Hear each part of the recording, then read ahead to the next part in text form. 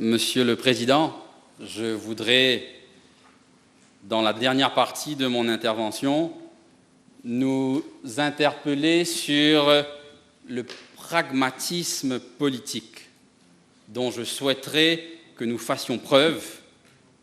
Et je prie cette Assemblée de n'y voir de ma part aucune démarche démagogique, mais bien l'objectif de répondre de façon pratique aux attentes de la population et aux besoins de notre pays.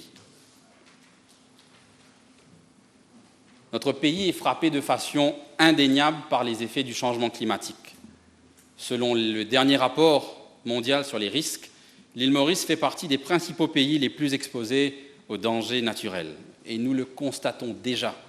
Les cyclones, les pluies torrentielles, les flash floods, les orages et les éclairs sont de plus en plus fréquents et intenses. Or, nous n'avons toujours pas de système efficace pour l'évacuation de l'eau de pluie et je me demande combien de nos bâtiments sont équipés de parafoudres. J'ai pris bonne note dans le programme gouvernemental de l'introduction d'un nouveau Climate Change Bill à la section 158 et j'ai hâte de prendre connaissance des 12 mesures à mettre en œuvre à court terme qui seront annoncées dès ce mois-ci par le ministre de l'Environnement, de la gestion des déchets solides et du changement climatique. Par ailleurs, je salue également la mise sur pied d'un Land Drainage Authority, mais il nous faut, sans attendre, planifier et intensifier l'entretien et le suivi des drains existants et construire des drains efficients là où ils se font cruellement attendre. Comme par exemple, à Bonnefin, dans ma circonscription, j'y ai effectué une visite récemment lors des dernières pluies torrentielles et j'y ai constaté des maisons construites en pente où l'eau de pluie, à défaut d'être évacuée, s'est infiltrée sous ces maisons et a commencé à fissurer les structures. Il y a à Bonnefin une urgence, et je sais que c'est le cas ailleurs également, urgence à consolider et à protéger ces habitations.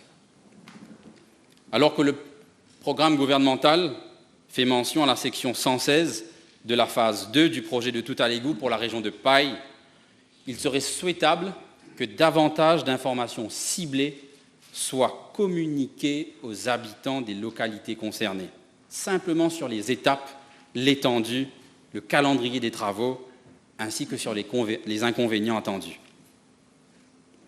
Encore du pragmatisme politique, tout en construisant le secteur de l'économie bleue à grande échelle, économie dans laquelle je crois fermement, nous ne pouvons oublier d'y intégrer la communauté des pêcheurs, qui manque d'infrastructures adéquates et de moyens pour exercer correctement et vivre de leur métier.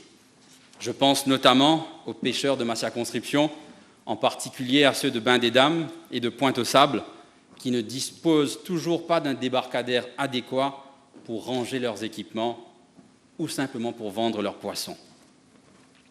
Comment évoquer le développement d'une économie circulaire alors que nos foyers ne sont nullement équipés de poubelles de tri des déchets et que les filières de recyclage à Maurice sont quasiment inexistantes? Le gouvernement, selon la section 115 de son programme, encouragera l'utilisation efficace de l'énergie, ce qui est une nécessité absolue.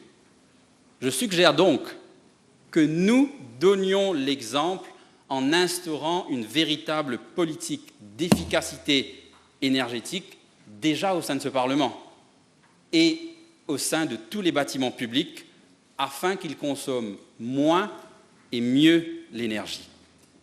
Et des solutions techniques existent, comme l'éclairage LED évidemment, le Building Management System ou la climatisation solaire.